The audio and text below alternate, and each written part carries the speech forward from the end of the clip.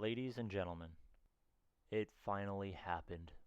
I have officially reached my personal best elo on chess.com. Now, I know what you're thinking. Chess? Really? You were a gaming channel. What happened? Funny you should mention that. Life happened, okay? After the pandemic, I got busy. What can I say? I got hired at a job finally, so that took up most of my time. Oh, yeah, I got married. So, life stuff. The only thing I was able to keep up with was chess. So, even then, that was spotty here and there. I've been playing for 3 years now, basically nonstop. I finally reached 1500 elo. So, and I want to share that journey with you guys. Maybe promote chess. Maybe it'll get you interested in starting it on your own, whether it's a casual thing or a really competitive thing. Um, so we're gonna look at two games. One of them is my second game ever played, and I'll show you the game that got me over 1500. We'll compare the two. Maybe you'll learn something, maybe you won't, maybe we'll have fun along the way. Either way, let's get to it. Alright, this was my second ever game with the black pieces, and my absolute worst elo score ever. So, if your elo's higher than this, you're already doing better than me when I started. So, let's see. I believe I started at 300 elo, something like that. D4, most common response to this is knight f6. We'll see what I play here. D6. So it looks like I'm going to play a King's Indian. Normally when you play the King's Indian, you want knight f6 right away because it allows you very quick development. So something like this. Say here, you get to castling really quickly, which is nice about the King's Indian. But I don't play that. I play d6, which is a little slow, but not terrible. Okay, this is great instruction for white. If your opponent lets you take the center, absolutely take the center with two pawns. Never hurts. Knight f6. Okay, yeah, it is a King's Indian. Okay, don't hate it. Awesome. All right. Okay, this can be a little scary. I struggled with the King's Indian at low elo. I know it's recommended for beginners because it's like the same setup almost every time. I struggled with these aggressive and closed positions early on, so I don't recommend trying out this opening really until at least 8 or 900 elo. Just because it goes against all conventional wisdom. Your opponent gets a massive center, and it can be really uncomfortable if you're not careful. Takes, takes. Okay, I trade off queens. And I move my knight out of the way. Okay, don't hate it. Check. Hopefully I block with the pawn here. Yep, great. Okay. I think the winning move here is bishop g4. Because if he lets me take this knight, I damage his structure and win a pawn. If he moves the knight, I still win this pawn, because then this pawn is not defended anymore. So let's see what I do here. Castle, okay. I think this was more accurate, but I don't hate castling either. Castles. Okay, this is instructive. 9 times out of 10, not a good idea to block your pawns with pieces. I should be probably getting this knight out at some point. This is a gross move. You almost never want to play that. This more accurate is still this move by far. I cannot draw arrows today because it unhinges the defender of this guy. And pawns are everything. Winning pawns take you a long ways. Takes, takes. He solves my issue for me. This is also instructive. He had no reason to take me here. A common theme is you want to take pieces. You only want to take pieces if it helps benefit your side. So it's uncomfortable, but it's important to learn how to keep the tension. A really nice move white could have here is just moving this bishop back. Because let's say I end up moving this knight. Let's say I want to get it out of the way. Let's say I put him back here for some reason. It allows the doubling of my pawns, but if he doesn't want to take it, let's say he does like a non-move here and I take, it opens up his rook here. And even though my pawns are doubled, this is a really active rook, and it's very uncomfortable for me over here. So he did not have to take here, but he did, and he actually helped my structure a lot here. So not a good take for white. Okay, attacks my bishop. I don't need to move it. Oh, the eval bar wants me to take this knight because this threat is still available to win this pawn, so I need to take. Let's see what I do. Alright, this is also common at low elo. This is called a one mover, meaning it's a one move threat. So unless you have a follow-up after he moves this rook, this is not worth moving. I should have just taken the knight. Now my mouse is dying. I should have just taken this knight because it damages the structure and I win this pawn. But I don't do that. Instead, I attack his rook and he moves it. Yep. Okay. I don't hate this. The only thing I need to be worrying about, I need to get this knight going. So usually you want to do knights, bishops, and then rooks last. This knight is really sad here on its home square. You want to get it into the game. Okay, he attacks my, okay, does this lose a piece? No, I have to move my bishop. Okay, I probably should have kept it on this diagonal because now he has e6, and e6 is a really annoying for me on this next move here. Let's see, does he play it? Wow, great move. Takes. I get an isolated pawn, which is not good. His rook is very active. So yeah, this was annoying. I should have just moved my. I should have kept my bishop here, have it defended. It was super defended. I probably wanted to keep this long diagonal, but no, I needed to not allow this. Now I have to take, and now his rook is up in my grill, and it's really hard to defend this pawn. I either got to move up or here to defend it. Probably here is more accurate, so it doesn't block my knight getting in. I could not tell you what that move does. Not only does it hang a pawn, I'm thinking I wanted to bring my knight out here, but still, this is not great. So I give up a pawn. Okay, I probably, again, I don't know what this move does. Could have taken to damage his structure. Normally, if you have this bishop, this really strong bishop, you don't want to trade it off for a knight. At this elo, though, if you can win this endgame, you're golden. But this is really good for white for some reason, probably because this bishop is too good. So 9 times out of 10, you want to keep this bishop. You do not want to give up this bishop.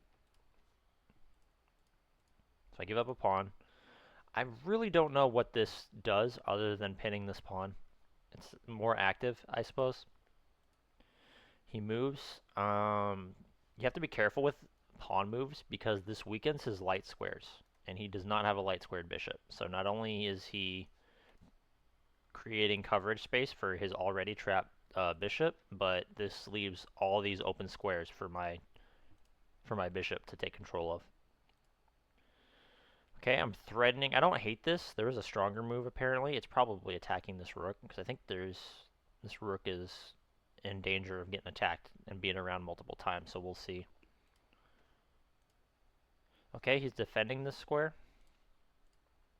Bring my knight out, attack the rook, and he hangs a piece immediately. I have no idea what he was thinking here. I've got this threat. I think he was more worried about this rook takes or bishop takes, but he hangs a piece in one. Let's see if I take it. Yep, awesome. Okay, let's see. Do I defend? No, I take the rook. I feel like that's bad. Or am I still up material? I'm still up material. Good rule of thumb, if you're up material, trade pieces. Don't trade too much, but it's a good idea to trade pieces down and simplify. It makes positions a lot easier to convert. Instead, I take the rook, and he does not even take back. So this is, I don't know if this is tilt or if he just forgets that my rook is hanging. But now I get, this is great battery against this pawn. This pawn is going. There's no way to defend it. Okay, it does cut off the connection of the rook, but my bishop is already staring here, so I can just take. Check. Okay. Don't hate that move. I think just going for the free pawn, honestly, doesn't hurt. Threatening to trade off pieces. Okay, attacks my rook. Apparently it's mate in 12. I'm gonna take a wild guess and say I did not get mate in 12 here. Yeah, missed it. That's okay. I don't hate that move. Okay, I do a check. That's mate and 9. What do I do here? This pawn. This is very instructive. You got to be really careful with pawn moves. This pawn used to defend something, because now I can take the bishop for free. So now you're down even more material, and it's mate and 8. Again, I don't hate myself for missing it. Okay, apparently this is mate and 3. What's the mate here? Rook f3 check.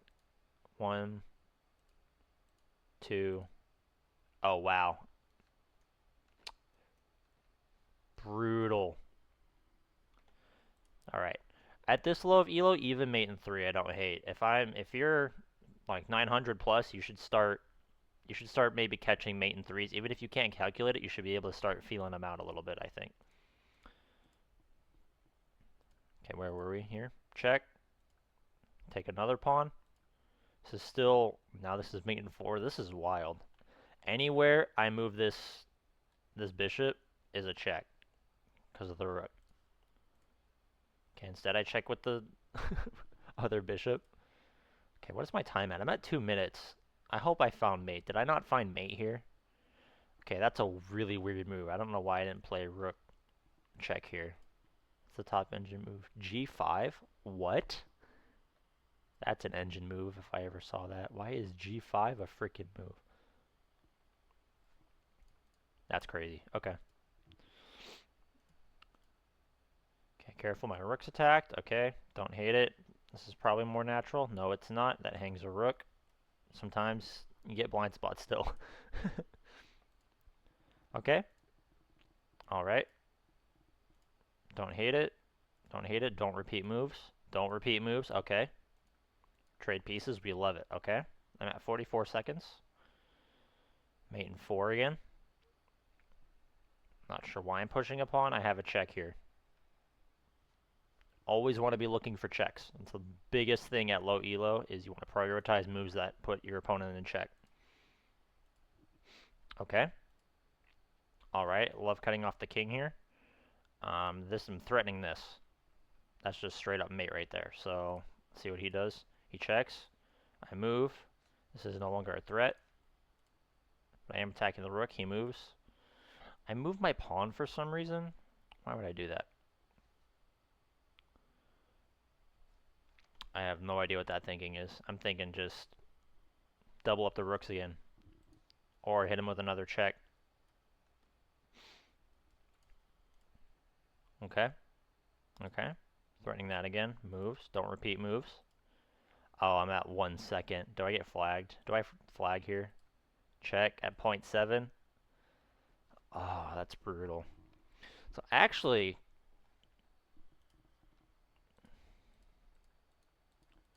there is the key idea I missed here. This move, not great. I really needed to start attacking this knight right away. And this move were there's my two chances to kick this knight out and win a pawn. So overall, not terrible. I just needed to play faster. I think I noticed a lot of my early games I played with increment. I play 10-minute flat now on rapid, but I think this looks like 10-minute flat. I think. Yeah, I don't think there's any increment on this. So this was probably why in a lot of my earlier ELO games I played like 15-10, 10-5, because I was probably playing a little too slow. Okay. This was the game that got me to 1500. This was by no means was this game perfect. It was a little messy, but I was really proud of this. This was after a lot of days of back and forth. I was creeping on that 1500 for days. I would get within a game or two and get knocked back down to 1450, crawling back up, get knocked back down to 1450. Chess is brutal. Let's see how I did. E4. I am 110% an E4 player. I love it. This opening that I play, I highly recommend for beginners and intermediate. It gets you a lot of nice positions. E4, E5, knight f3, knight c6, and d4. This is called the Scotch game. I would highly recommend learning this. There's a little bit of theory involved, and you do have to get to this position.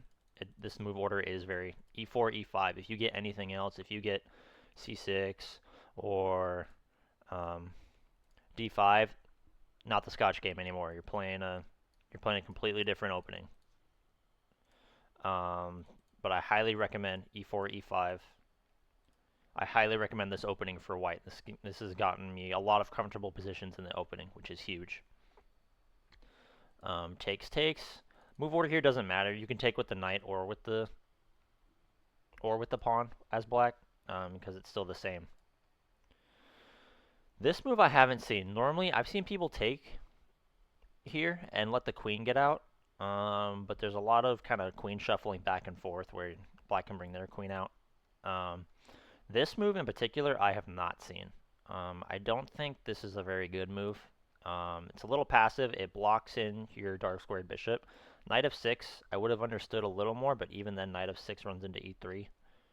Can you gambit that pawn? Knight takes. Yeah, you run into some shenanigans with that. Normally, I see this is one of the most common moves. Is you see this, and there's a common trap here in the Scotch where let's say they just play a waiting move like this. You see the bar go up. Really common trap here. This guy is undefended. You cannot take back because you lose your queen. Very common trap here. So it can get, Scotch has some tricks. I don't recommend relying on tricks for your openings, but you do have to be careful. So let's see. He ends up, what is that, knight e7. Yeah, it's very passive and it blocks in. This is not a good setup for black. All right, I just developed normally. Okay. Good adaptation here. He's kettling this bishop. This almost translates into a Sicilian a little bit, except your c-pawn is still there. Normally you have this, you trade off this pawn and you get to bring your rook in. Okay, but I don't hate it. Develop normally. I like it. F3 here is weird. I think I got into a little bit of in my head about Sicilian theory. Normally you play this move because this knight is on f6, and when this knight is on f6, it can threaten to jump in here and attack your bishop, and it covers this trade square. A lot of times during these fianchetto positions, you want to trade off this bishop because this is just so powerful.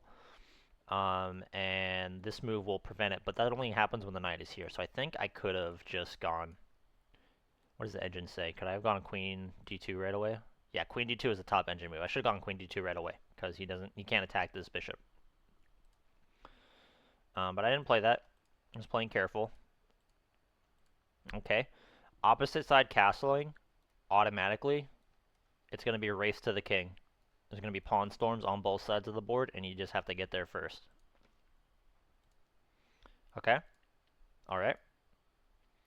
Not sure what this move does, other than maybe it preps more pawn storms here.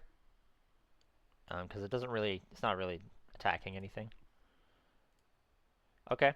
I like this move because I want to play g4, so I'm supporting this pawn. Okay. This queen move is very passive. You do not, if you're opposite side castling, you need to be a lot more aggressive. He should be asking my knight questions immediately. This was way too passive, and it allows me to just keep pawn storming. Yep. Okay, now he goes. This actually gives up a pawn. And this is where the kind of iffiness starts here for me. If you want to pause the video here, this is a free pawn for white. The question is, what do you take with?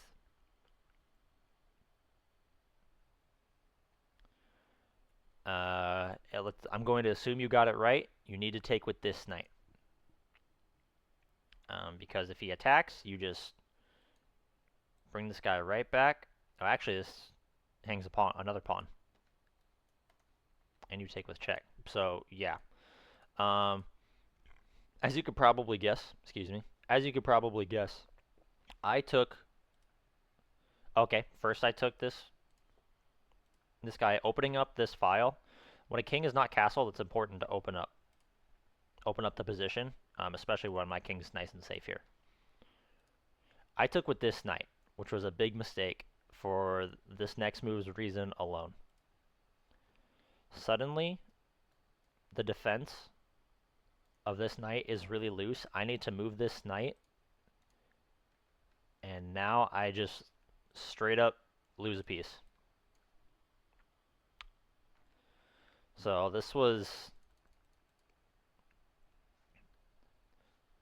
that's why you have to take with this knight. So I took with this guy, ran into this. Knight c6 is the next best move.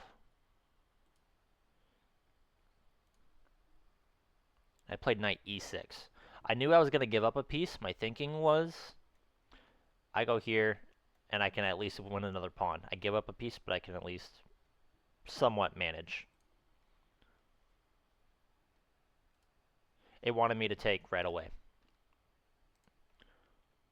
So I give up the knight. He takes. I take with check. He's got to move. I actually surprisingly still have an advantage here. I've given up most of it, but I'm still doing all right. Now we want to trade off this really strong bishop. All right, and he gives up a piece immediately back. It's defended twice and only guarded by one piece. So take, and before I take back, I check just to get this bishop out of here. Another check. Now I'm up a piece. So now I'm back in it. Now let's see if I can convert. Okay. Check. He blocks. Check again. Apparently it's mate in 8 here still.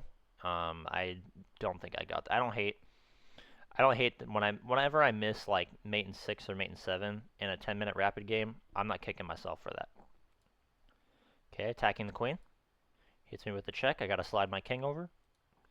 And this is where he blunders.